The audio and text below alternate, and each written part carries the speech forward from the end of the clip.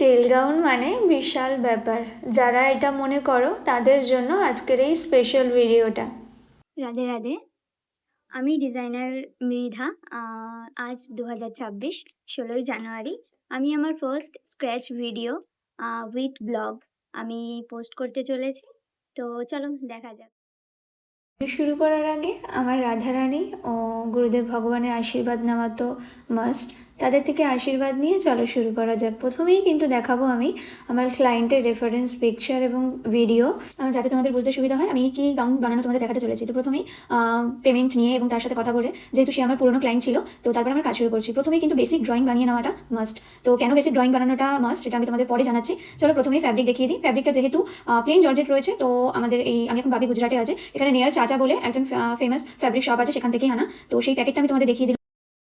কালারটা ছিল কিন্তু ভীষণ সুন্দর। চলো শুরু করা যাক। আমি আমার অস্ত্র শস্ত্র নিয়ে একদমই যুদ্ধ করার জন্য রেডি। তো প্রথমেই আমি ফ্যাব্রিকটাকে মেজারমেন্ট করে নেবো। মেজারমেন্ট করে টেলটা আমি আলাদা করে নেবো। এখানে 5 মিটার লম্বা টেল ছিল, সেখানে আমাকে ডবল নিতে হবে। তো আচ্ছা, কাটতে কাটতে আমি তোমাদের বলে নিই যে ড্রয়িং করাটা কেন মাস্ট। তার কারণ হচ্ছে, আর আমাদের যখন অনলাইন কোনো বুকিং থাকে, তো বারবার আমাদের কি হচ্ছে, কি ফ্রন্ট ডিজাইন, কি ব্যাক ডিজাইন, পুরো ডিজাইনটা কি হচ্ছে, বারবার ফোন চেক করতে গিয়ে কিন্তু আমরা অনেকেই কিন্তু রিল দেখতে বসে পড়ি, যেটা খুবই একটা বাজে অভ্যাস। তো আমি এটা থেকে বের হওয়ার জন্য আমি অবশ্যই বলি প্রত্যেকে বেসিক ড্রয়িং করে নেওয়া এবং কি ডিটেলস পুরোটা একটা সুন্দর করে ড্রয়িং করে নেওয়াটা মাস্ট। তাহলে তোমার কনসেপ্টটা ডিজাইন সম্বন্ধে তোমার অনেকটাই ক্লিয়ার থাকবে। যখন তুমি মেকিং করছো তোমার অসুবিধাটা কম হবে। তো এর সাথে থাকবে স্যাটিন, নিচে দুটো লেয়ারের ছিল। তো স্যাটিন আর জর্জেটের উপরেই হবে গাউনটা। তো প্রথমে আমি ভালো করে আয়রন করে নেবো, যেটা মাস্ট। তো আরেকটা জিনিস এখানে বলবো, জর্জেট ফ্যাব্রিক একটা প্রবলেম হয়, কোনটা ফ্রন্ট পার্ট আর কোনটা ব্যাক পার্ট বোঝার খুবই অসুবিধা হয়ে থাকে। তো সেটা কিন্তু ভালো করে দেখে নিয়ে আমি নিচের পার্টটা স্টিচ করে নেবো। আচ্ছা, টেল মেকিং এর জন্য আমি নর্মাল যে বেসিক প্লিটিং গাউন হয়ে থাকে, সেই বেসিক আমি প্লিটিং গাউনই কিন্তু এখানে আমি বানাবো।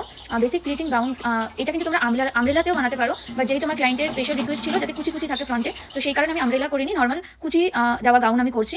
তো সেক্ষেত্রেও তোমরা টেলটা কিভাবে করবে আমি তোমাদের দেখাবো। আচ্ছা, অনেক ভাই বোনেরা আছো যারা ফ্যাশন ডিজাইনার হতে চাইছো, ফ্যাশন ইন্ডাস্ট্রিতে নিজের কেরিয়ার বানাতে চাইছো, অথবা নিজস্ব একটা ফ্যাশন ব্র্যান্ড বানাতে চাইছো, কিন্তু কিভাবে বানাবে, কিভাবে ফ্যাশন ডিজাইনিং পড়বে, এইসব অনেক কিছু বিষয় আছে।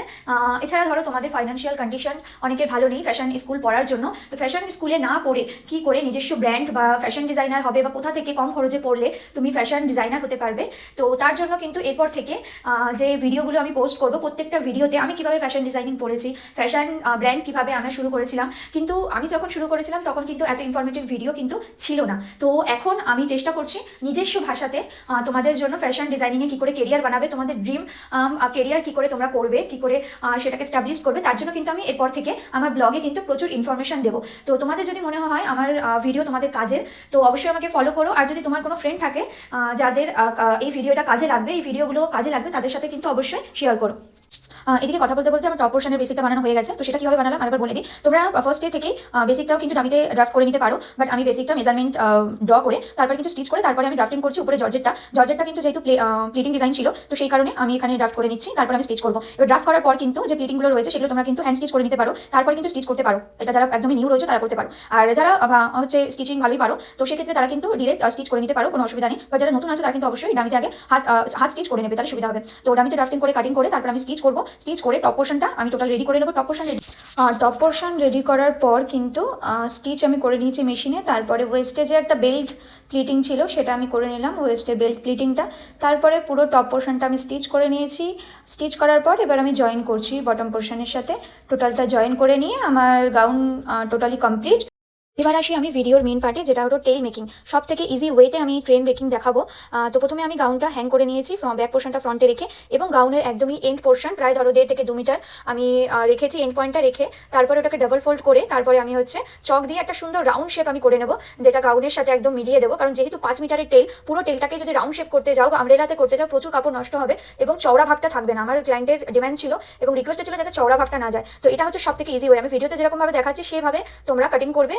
এরপরে আসছি জয়েন্ট পোর্শনটা, গাউনের ফ্রন্ট পোর্শন থেকে ব্যাক পোর্শনটার জয়েন্টটা, যেহেতু এটা আমরেলা নয়, তো আমরেলা থাকলে অটোমেটিক সেটা হতো, বাট এখানে যেহেতু প্লিটিং ডিজাইন, তো সেক্ষেত্রে ওখানে একটু হালকা রাউন্ড করে কাটিং করতে হবে। যেভাবে আমি ভিডিওতে দেখাচ্ছি সেভাবে করবে, পুরো মিশিয়ে দেবে, যাতে এমন না মনে হয় ফ্রন্ট থেকে হঠাৎ করে ব্যাকটা স্টার্ট হয়েছে। তো এভাবে মিশিয়ে যদি করো তাহলে তোমাদের ব্যাক পোর্শনের টেল রেডি, মানে এত সুন্দর রাউন্ড শেপে আসবে টেল, যেটা তোমরা অনেকে ভেলও বানাতে পারো এরকমভাবে। তো সব থেকে ইজি ওয়ে, কেউ যদি কোনোদিনও স্টিচও না করে থাকো, তাহলে সে যদি মনে করো আমার গাউনে আমি টেল বানাবো, তো এতটা ইজি ওয়েতে তোমরা টেল বানাতে পারো। টেল বানানোর আরও অনেক পদ্ধতি আছে, অনেক, সেগুলো নয় আমি অন্য ভিডিও ভিডিওতে দেখাবো। এটা সব থেকে আমি ইজি ওয়েতে দেখালাম।